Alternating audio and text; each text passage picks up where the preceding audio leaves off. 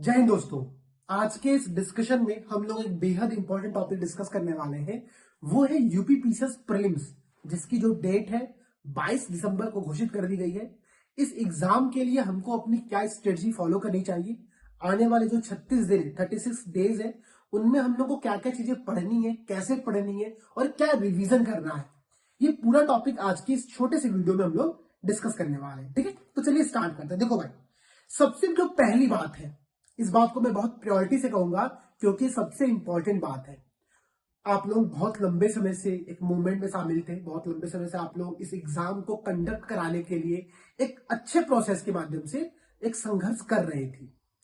लेकिन इसी दौरान बहुत सारे दोस्तों की तबीयत भी खराब हुई है, प्लस इसके साथ साथ ये जो मौसम है, जो वेदर चेंज हो रहा है और इस समय तबीयत ज्यादा खराब होने के चांसेस होते हैं।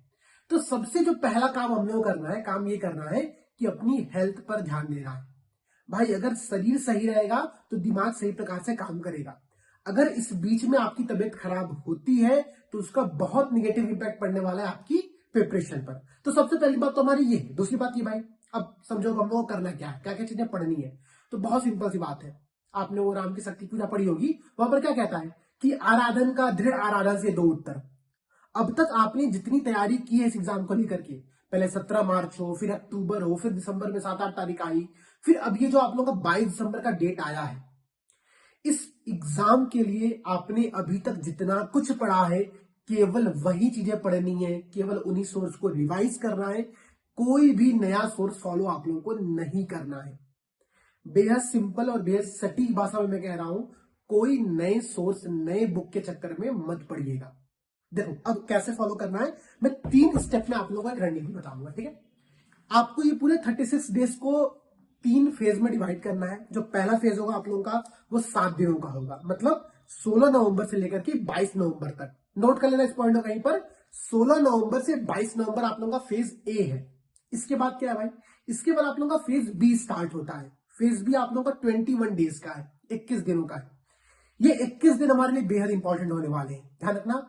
ये वो 21 दिन होंगे जिसमें हम लोगों को कुछ नई नई चीजें यहाँ पर देखनी पड़ेंगी। कैसे देखना है, क्या देखना है, मैं डिस्कस करूंगा अभी। ठीक है, पहले फेज समझते हैं हम लोग। इसके बाद आप लोगों का होगा फेज 3, जो कि सबसे लास्ट फेज होगा और ये आप लोगों का टोटल 8 दिनों का होने वाला है, 14 नवंबर से लेकर के 21 दिसंबर तक का। और उसके बाद 22 दिसंबर को आप लोगों का एग्जाम होगा। Phase A, phase B, phase C. ठीक है, इन तीनों फेज की अगर हम बात करें तो पहला फेज 7 दिनों का है, फिर 21 दिन का है, फिर आप लोगों का 8 दिन का। ये टोटल फेज बनकर के आप लोगों के पास आ रहा है। अब इन फेज में पढ़ना क्या क्या है, अगर मैं फेज ए की बात करूं, जो कि आप लोगों का कल से स्टार्ट हो रहा है, 16 नवंबर से स्टार्ट हो रहा है, इसमें क्या क्या चीजें करनी है। क्योंकि एक बहुत लंबे समय से प्रिपरेशन बाधित चल रही थी, प्रिपरेशन पर एक ब्रेक लग चुका था। अब हम लोग को ना पहले अपनी मशीन में थोड़ा सा ग्रीस डालना पड़ेगा, थोड़ा सा ऑयलिंग करनी पड़ेगी। तो अभी तक आपने जितना कुछ पढ़ा हुआ है, आपने जो भी सोर्स फॉलो किया, जैसे कि मैं कुछ टॉपिक बताता हूं। अगर आपने शॉर्ट नोट्स बनाए हैं, जैसे कि अगर आपने टेस्ट सीरीज के शॉर्ट नोट्स बनाए हैं, अगर आपने प्रीवियस ईयर क्वेश्चन के शॉर्ट नोट्स बनाए हैं, अगर आपने घटना चक्र के नोट्स बनाए हुए, इनमें से किसी के भी शॉर्ट नोट्स अगर आपके पास है तो उन शॉर्ट नोट्स का रिवीजन करना है हम लोग को फेज ए के अंतर्गत।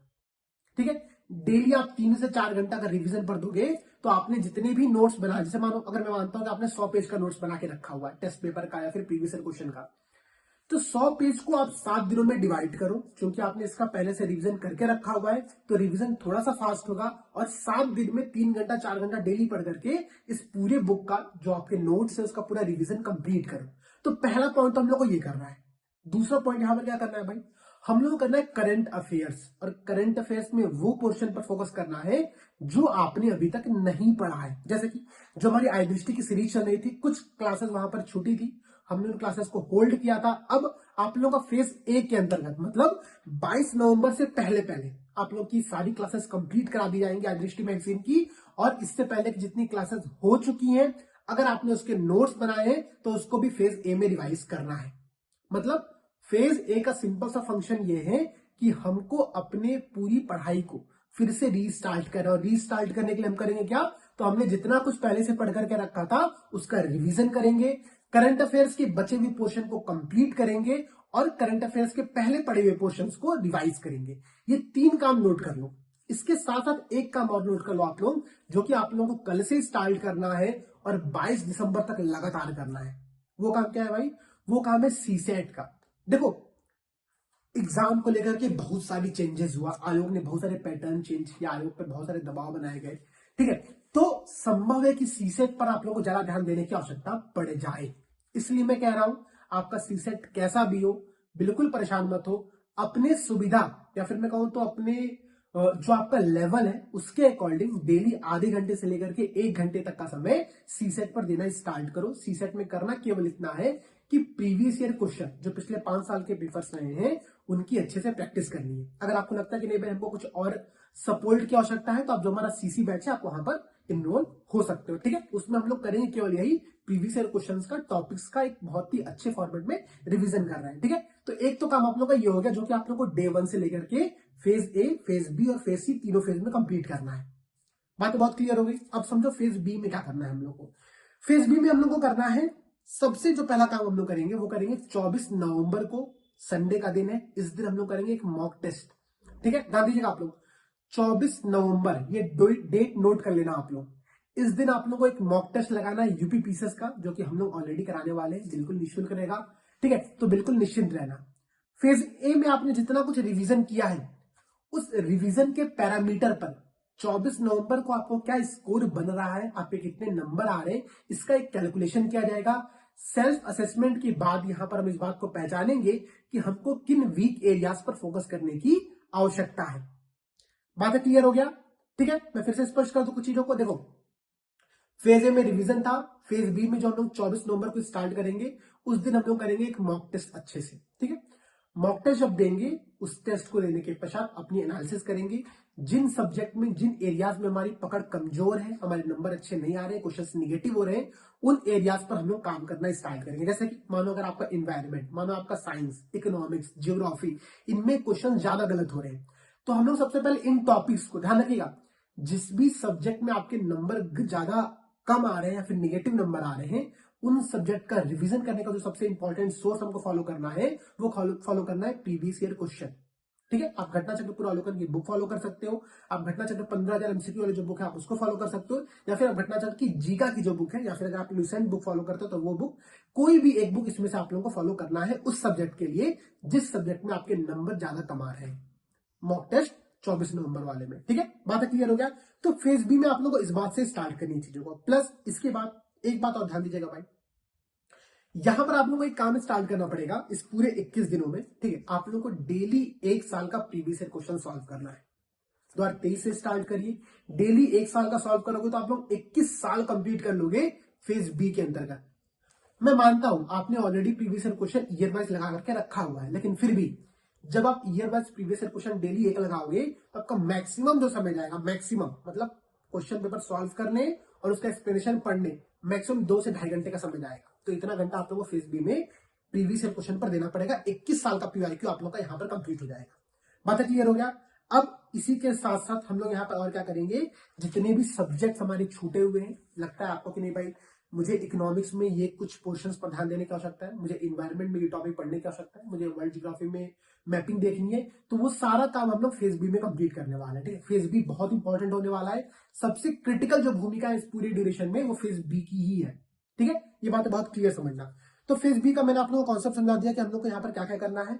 पढ़ने के जो सोर्स है मैंने आप लोगों को ऑलरेडी बता दिया कि केवल हम लोग प्रीवियस ईयर क्वेश्चन या फिर जो भी सोर्स आपने अभी तक फॉलो किया हुआ है उसी सोर्स को कंटिन्यू करना है, कोई नया सोर्स के चक्कर में मत पढ़ना, ठीक है। ये सिंपल सी बात बता रहा हूं, अगर आप नए सोर्स पर भटकोगे तो भटकते रह जाओगे और कभी भी रिवीजन कंप्लीट नहीं हो पाएगा। मैं ये बात बहुत ही क्लियरली मानता हूं कि हमारे पास जो भी नोट्स अवेलेबल है वो नोट्स अपने में सफिशियंट है, उसके लिए परेशान होने की आवश्यकता नहीं है। अगर आप कोई भी फलाना फलाना कंपनी की बुक या फलाना फलाना राइटर्स की बुक या फिर फलाना कोचिंग्स के आप स्टडी मटेरियल को फॉलो करते हो, वो सारे अपने में सफिशियंट होते हैं, सबके सोर्स 90% सेम होते हैं, ठीक है। तो परेशान बिल्कुल मत होना। अब फेज सी की बात करते हैं। फेज सी लास्ट फेज है भाई, डी फेज है आप लोगों का, ठीक है। लास्ट के 8 दिन, इन लास्ट के 8 दिन में हम लोग करना क्या है, फेज ए और फेज बी में आपने जितना कुछ पढ़ा है चीजों को उनको रिवाइज करना है। देखो मैं बार बार रिवीजन पर फोकस करा रहा हूं आप लोगों को। रिवीजन इसलिए इंपॉर्टेंट है कि कई बार क्या होता है ना कि एग्जाम पेपर में जब हम बिना रिवीजन किए जाते हैं, जब पेपर हमारे सामने होता है तो हम देखते हैं क्या भाई, यार ये क्वेश्चन पढ़ा हुआ था, यहाँ पर जिंक फॉस्फाइड होगा कि जिंक सल्फाइड होगा याद नहीं आ रहा है, बट याद है कहीं ना कहीं तो हमने इस टॉपिक को देखा हुआ है। यहाँ पर सिल्वर क्लोराइड हो गया, फिर सिल्वर ब्रोमाइड हो गया, याद नहीं आ रहा, बट कहीं ना कहीं पर पड़ा हुआ है। तो इस समस्या से बचने का सिंपल सॉल्यूशन जो है वो सॉल्यूशन ये है कि आप मैक्सिमम टाइम रिवीजन करिए। मिनिमम सोर्स मैक्सिमम रिवीजन, इस कॉन्सेप्ट पर हम लोग को फोकस करना है। प्लस इन सब के साथ साथ, ठीक है, आप लोग को इस पूरे ड्यूरेशन में ध्यान रखिए, एक मॉक टेस्ट आप लोग 24 नवंबर को लगा रहे हो, इसके बाद 3 फुल टेस्ट, ठीक है, 3 फुल टेस्ट आप लोग और सॉल्व करिए। 3 full test plus 1 mock test, 4 test अगर आप लोग लगा लेते हो आने वाले 36 दिनों में, बेहद सफिशिएंट है। मैं इसलिए 4 टेस्ट कह रहा हूं क्योंकि इससे पहले आपने ऑलरेडी 20-25 टेस्ट लगा के रखा हुआ है। भाई जो 17 मार्च से तैयारी कर रहा था उसने बहुत कुछ पढ़ा हुआ है। उसने 17 मार्च के अकॉर्डिंग पढ़ा, उसने अक्टूबर के अकॉर्डिंग पढ़ा, उसने फिर लंबे समय से आप लोग प्रिपरेशन फेज में, तो मुझे पता है कि आपने मैक्सिमम पेपर लगा के रखे हुए हैं। इसलिए अब परेशान नहीं होना है। अब केवल आप लोग को एक काम करना है, जो भी सोर्स आपने पढ़ा है उस सोर्स का रिवीजन करिए, ठीक है, इन सब बातों पर फोकस करिए। परेशान बिल्कुल नहीं होना है, समय पर्याप्त है, समय बिल्कुल कम नहीं है, ठीक है। तो निश्चिंत रहो, लगे रहो। हम लोग की टीम, निशांत सर, सब लोग यहाँ पर आप लोगों के साथ लगे हुए हैं, कोई समस्या नहीं आने वाली है। हमने आपसे जो 1000 क्वेश्चंस एमसीक्यू आप लोग से करंट अफेयर्स का वादा किया था, वो सीरीज भी आप लोगों को मिलना स्टार्ट हो जाएगी। एक पार्ट आप लोगों को ऑलरेडी मिल चुका है। 300 क्वेश्चन, 150 क्वेश्चन करके आप लोगों को 2 पीडीएफ ऑलरेडी ग्रुप में शेयर कर दी गई है, ठीक है। तो परेशान बिल्कुल नहीं होना है, सब कुछ चीजें दी जाएंगी। अगर इन सब के अतिरिक्त आपके कोई भी अन्य प्रश्न हो, उन प्रश्न को हमारे साथ शेयर करिए, हम लोग डिस्कस करते हैं, उसके सॉल्यूशंस पर काम किया जाएगा।